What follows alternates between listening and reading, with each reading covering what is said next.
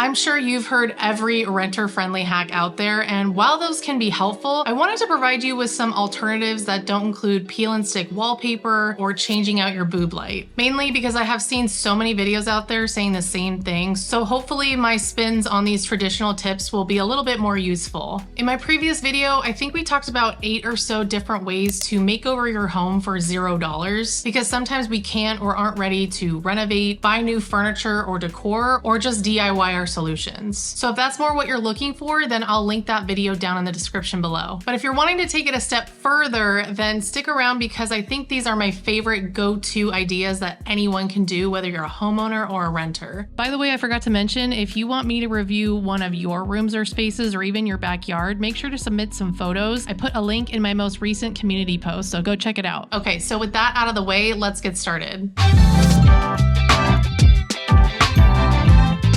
So I'd go as far to say that most of us have plenty of doors in our home, whether it's to the bedrooms, bathrooms, or even our kitchen. They take up so much visual real estate, and they're constantly getting used, so they really do take a beating. Dingy, old, or cheap-looking doors really make the space feel dated and just a little bit gross. So if your doors are white and dirty, then definitely take a magic eraser and wipe off as much scuffs as you can. And don't underestimate the impact of a fresh coat of paint. If you're feeling like your home is just kind of bland and blah and doesn't really have any character or style direction, then painting your doors a warm neutral color or something more bold like a really strong black will just make such an impact on the entire space overall. For an added bonus, paint the trim around the door the same color and it's just going to make even more of a bold statement. I think it just makes doors feel really grand and can add a lot of character to a hallway that's full of doors. But if you cannot paint them for whatever reason, then just give them a fresh coat of paint of whatever color they already are, and it's going to be a huge improvement already. If you rent, your landlord will be thanking you for the work that you actually get to enjoy every day, and honestly, it won't cost you more than $15 in maybe 1 to 2 hours. However, my only caveat here is if you have a really nice solid wood door, don't paint it. If it's looking a little bit weathered like mine is, you can sand it down and restain it or reseal it, or just embrace the patina of what it is. But if you really don't want to put in all of that work, then just use something like some feed-in wax to give it a little bit more life. I've shared tons of really easy wood restoration techniques on this channel that take little to no time to do. So if you want more on that, I will link my how to restore thrifted decor video below, as I shared tons of different methods and products to clean and restore different types of metals and woods. Okay, so before we move on from transforming your doors, a huge part of the door is the actual knob and hinges. This is such an easy upgrade, and it's one of the first things I did when I moved into my first apartment just to add a personal touch to it. I had these old silver office looking knobs and I just replaced them with some like $20 matte black knobs that I found at the hardware store, and I put them on my bedroom and bathroom door, and it just kind of made me feel like I was living in a newer, more stylish apartment, even though I definitely was not. I think if you had something similar to what I had, or those shiny gold brass knobs that seem to be in most builder grade homes, you should absolutely try swapping them for something a little bit more minimal and modern, as they can be really affordable at hardware stores or even on Facebook Marketplace and eBay. Nowadays, I like to add a little bit more of a vintage look to my home and my doors, and you can find these at flea markets, estate sales, antique stores, salvage shops, or honestly, Etsy is a really great site for sourcing really unique hardware, especially if you want to buy multiples of the same one. And if you prefer that vintage or antique look, especially if you live in an older home, I suggest looking for doorknobs that match the era of that home or the style of home that you're going for. So for example, I live in a Spanish revival home, so I would be looking for something that was popular in that 1929 era, but maybe you want to look for something a little bit more mid-century or French provincial. And because certain doorknobs that are vintage or antique are pricey or just hard to come by, I really don't think that vintage hardware has to be all matchy-matchy on every single door. I really like the look when they're a little bit more complementary to each other than identical to each other. And just a little small tip, if you are looking for vintage doorknobs, make sure to find ones that fit in the doors that you have now, and make sure that they come with the right screws to fit them. If not, there are some conversion kits out there, but just do your research before committing to a purchase. Additionally, a ton of these rental homes have door hinges that have been painted over 1,000,000 times every time a tenant leaves, because for some reason they never tape off the hinges or remove them when they're repainting. I know it's probably faster, but I'm just never going to understand it. But that doesn't mean that we have to actually live with it. You could take a weekend and just take off some of your hinges and soak them in some hot water and vinegar overnight, and then try to scrub off as much paint extent that you can, and honestly, it would just be a huge upgrade to not look at that all the time. Whatever vintage or brand new hardware pieces that you do end up purchasing for the place you're in now can be transferred to whatever place you live in the future. So I always think it's worth the investment to buy something that'll make your space look great now, and then you can take it with you when you leave. If you can afford it, I really would replace all of the knobs and hardware in my home if they needed it, as it really can give the home a cohesive style, just in the same way that painting the doors would really make a visual impact on how one room flows to the next. And it'll just feel really intentionally designed.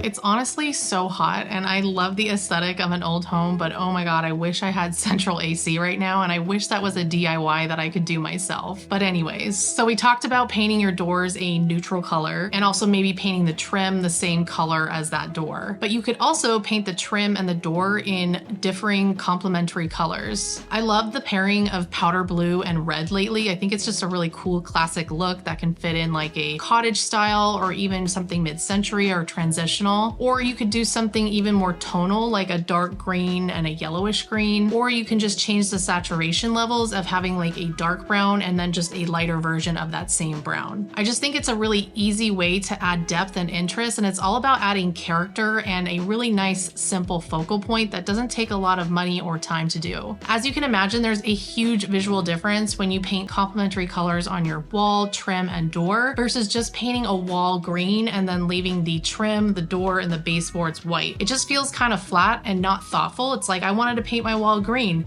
Great, but someone who took the time to find two complementary colors that work well together, that makes more of a statement and it's intentional, so therefore it feels really well designed. But there are so many other ways to use paint in small doses outside of the door and the trim. Small doses of colorful paint is really what I think I prefer in a home because it's easier, cheaper, quicker, and also just is more interesting. For example, maybe try painting your ceiling a really bold color that's either opposite or complementary to the tile floor that you have. Or if you have a really nice archway, you could paint the underside of it and just add a little color that way. I really like if someone has like a small dark hallway to completely just saturate the whole thing in one really dramatic color. I think that's super interesting. Or in my hallway, I have this little alcove where it's just a cutout where I think like the phone used to be when we used rotary phones. And I was thinking of just painting the entire inside of that alcove to just add some interest to the hallway. I actually painted the Art Deco feature on my fireplace here with a dark red that's complementary to the brick tile. And I love how it makes the fireplace look like more of a focal point in the living room. But samples only come in a satin finish, at least with my experience. I think if I would have gone back to get a quart size of this in the eggshell finish instead of satin, it would actually have more of that saturation that I was looking for to match the tiles better. You can also use paint to create some kind of like architectural type detail, maybe bringing paint halfway, or I really like 3/4 of the way up the wall and maybe like a small half bath or something. It just kind of adds a lot more interest, and it's a super small space so you can have fun with it and it's still very affordable. I also think if you get a really minimal chair rail molding to put around the top line of that color wall, it can give the essence of like a board and batten or beadboard wall without having to spend all the money on materials. And you can actually mount one of those on the wall with like a command strip and you don't really have to brad nail it in. Either way, I think adding color in small doses is a great way to liven up a space and add some visual interest while keeping it affordable and easy to do. I love using mirrors because if you use them strategically, you can really alter the lighting in a space. Adding a mirror can help bounce the light from one place to the next, especially if you have a dark area of your home that doesn't have any outlets or a ceiling light or even any windows. Personally, I've been lucky enough to have a lot of windows, but some dark walls, and so I was able to reflect what was on the outside of my windows by just placing mirrors in certain spots to catch that view. This also really works well in dark apartments, which I have been in plenty of those, because if you place a mirror within eyesight of a light source, then of course it's going to reflect that and bring some light to the area where the mirror is mounted. Especially if you have a lot of art on the walls already and don't want to keep adding to that. I personally love mirror frames and shapes that are just a little bit different and outside of the norm. And honestly, if you just replace all of your basic mirrors with something a little bit more interesting, that's going to give you an immediate transformation in your space. You could also DIY your own mirror if you find a really cool frame at an estate sale or a thrift store, or you already have another frame lying around the house somewhere. In my dining room makeover video, I took this pretty carved wood frame and turned it into a mirror over my buffet, which really helped balance the light and reflect the windows right across from it. I also made a smaller one and added it to the gallery wall in that room as well, because I think it helped add some dimension and variety to the art, and I also wanted to include that frame and didn't have a piece of art for it. I think it just felt lighter on the eye and allowed the frame to really shine, because not everything in that gallery wall was really a bold image or a painting. Adding interesting things to your wall that aren't just art can really change the tone and feeling of a space. A DIY pegboard is a really fun project and it's really affordable. You just need a piece of wood, whatever shape and size you'd like, and then a hole saw attachment for your drill with whatever size you want those pegs to be. Then you get a dowel and make sure that dowel fits snugly in that hole, and then just cut the dowel into little pegs and then just add something on the back so that you can hang it on the wall. And now you have this really customizable piece of decor that's super functional.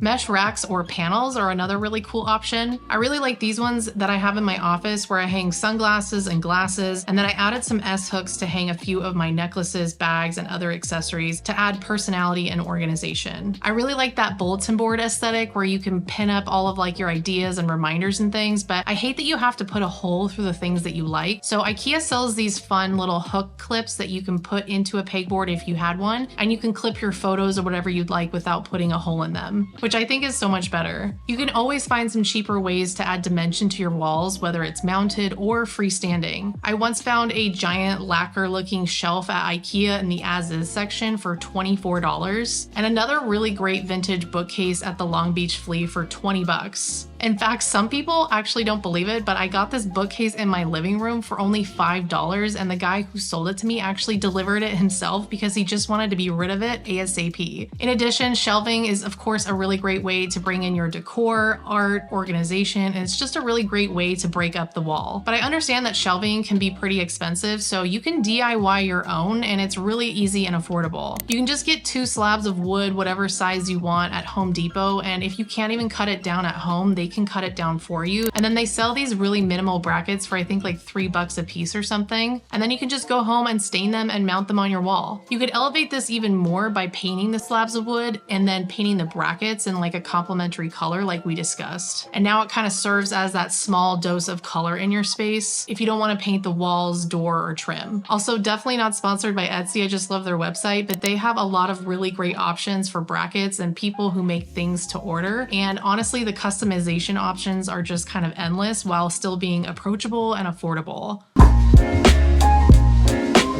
So if you have an open under sink area, or you have laundry machines at the end of your galley kitchen like I do, or there's just any other space in your home that has storage that you want to conceal, curtains and a rod are going to be your best friend. It's a great way to maximize storage in a odd-shaped nook while also adding some color, texture, and pattern to a space. I love track curtains for this because one, you can actually cut down these rods to make them whatever size you want, which is something that you can't do with regular curtain rods. And 2, because they're more seamless because they're floor to ceiling, they really touch the top and bottom. And mainly 3, because they're really easy to move back and forth really quickly, which is great if you're needing to access something pretty often. This curtain wire from IKEA is also another really minimal way to go. There are rounded versions of the track curtains as well, in addition to a curved standard curtain rod. I think they're called like blackout rods because they cover the edges of the windows that might let light in.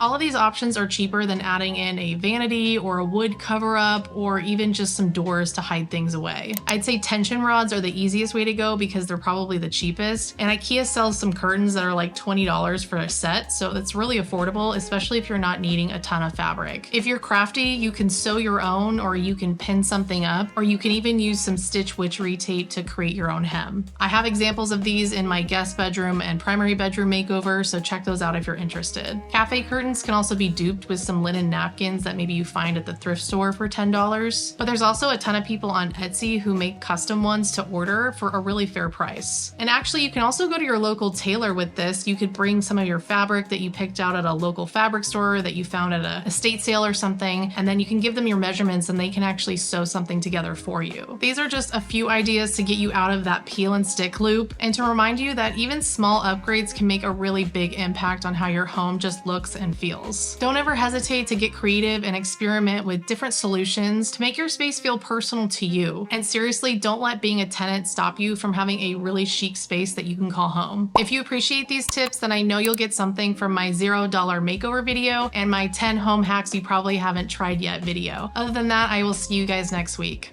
Bye.